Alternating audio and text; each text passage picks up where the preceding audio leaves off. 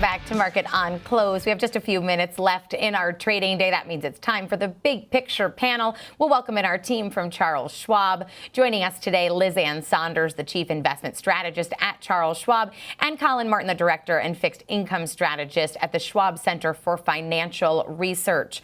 Now, thank you both for being with us today. Collin, we'll start with you. You know, the light economic calendar this week. So the big story, of course, is Jackson Hole.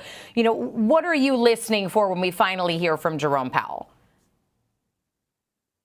Yeah, thank you for having me as always. There's really two things that we're going to be looking for. The first is we're going to get an update to the Fed's policy framework. And if you're not familiar with that, every 5 years they review, the framework for their policy, how they want to approach their dual mandates. And back in 2020, they announced a flexible average inflation target. And the reason for that was for years, the Fed was basically struggling to get inflation to its 2% target. And for most of the previous decade, it hadn't really hit that target.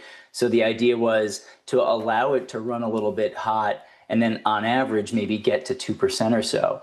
Now, in hindsight, probably not the best timing for that, given the inflation that we got coming out of the pandemic. So I think they'll probably take that away a little bit and now just get back to focusing on 2%, because you can make the case that given what we've seen over the past 3 or 4 years, that average is now a little bit higher than what they're looking for. So we'll be paying attention to that.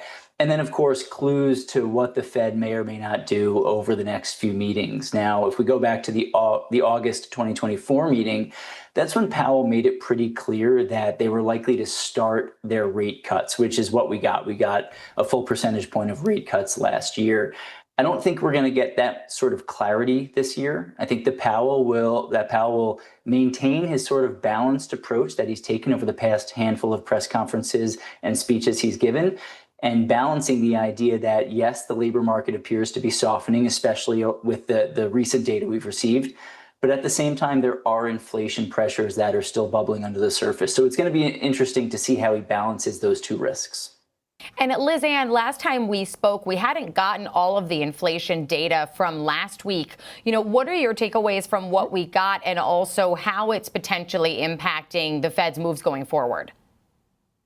Sure. So on the surface, the CPI data was seen as relatively in line with expectations. Under the surface, you were able to look at some of the tariff impacts at the aggregate level and at the individual category level. One thing also that was of note is if you look at all the categories within CPI, the breadth of those was very much into the positive side of the column. So you had, with the exception of really only 2 categories, all other categories showed a move up. You saw that increase both on the services side and the goods side, which was at least near term a little bit troubling.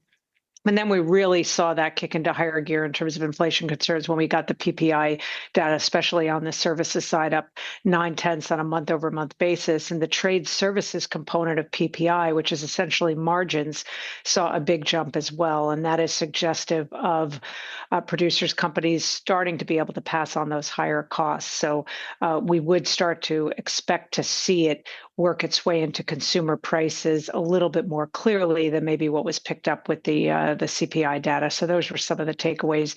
And in turn, you did see, in the aftermath of the PPI data, you did see a move down in the probabilities that the Fed would move by 25 basis points. It went from about 95% probability now to where we are now at about 85% probability.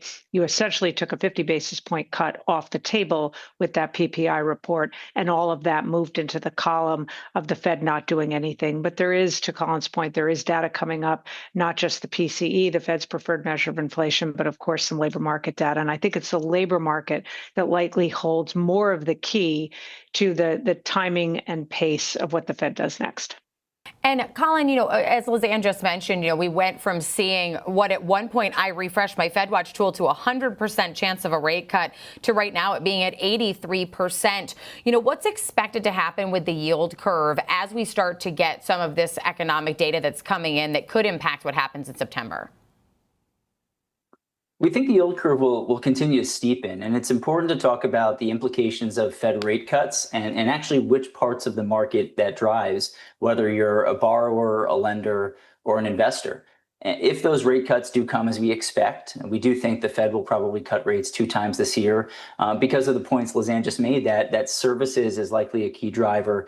And I think most Fed officials are probably paying more attention to the softening labor market data as opposed to the sort of stalling out and flatlining of inflation readings recently. So if we do get those rate cuts as we expect and as the markets expect, that will likely pull short-term interest rates down somewhat in lockstep. So if you look at things like Treasury bills, short-term CDs, money market funds, the yields they provide, they're all highly related to the Fed funds rate. But if you think about other investments and or borrowings, that can fluctuate a little bit and the impact is a little less direct. And there's a big focus right now on the housing market and mortgage rates.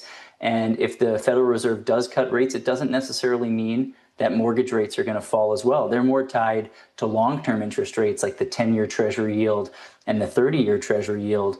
And even in the face of those potential rate cuts, we think there's some downside with those yields, 10 and 30-year Treasuries, but likely not by the same magnitude as, say, a 3-month Treasury, a 2-year Treasury note, those short-term investments, because we think budget and deficit concerns are likely to continue to weigh on the market, as will the still sticky inflation we're seeing. When inflation's high, investors want to earn a positive real yield, and if inflation stays high in the environment where the Fed's cutting rates, maybe long-term investors demand those higher yields that we're seeing right now. So we're not expecting long-term yields to surge from here, but we're expecting the downside to be somewhat limited and likely less than what we're going to see with those short-term investments. And Lizanne, I want to switch to equities with you here. You made some really interesting, you always notice some under the surface things, and you made some notes about under the surface performance last week. While it was a bit of a mixed week, a winning week on the whole with several all-time highs, can you just tell us some of the observations that you made on the performance in the markets last week? Sure. So, I continue to think we're in a backdrop where there's a lot more churn and rotation under the surface that, much like I said about the inflation data, labor market data, you've got to look under the surface to get the full story of what's going on. Same could be said about the equity market and the indexes and needing to look below the surface. So last week was another example of some of these rotations. You had small cap value outperforming large cap growth. You had equal weight outperforming cap weight. You had MSCI EFA outperforming the S&P 500. So back to that international bias, but it was also alongside cyclicals outperforming defensive. So almost a mixed bag in terms of what you might see as macro themes that might define why the markets are doing what they're doing. And I think that will continue to be the case, that you've got a bit more rotation and churn happening under the surface. There's still, certainly on a year-to-date basis, a lot of bias toward the mega caps.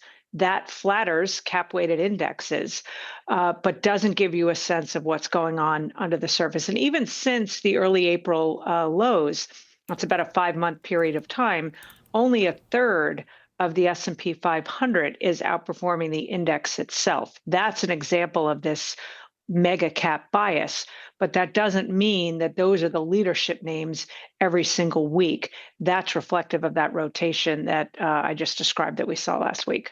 Well, really insightful observations from both of you. As always, thank you for taking the time to be with us on Market on Close.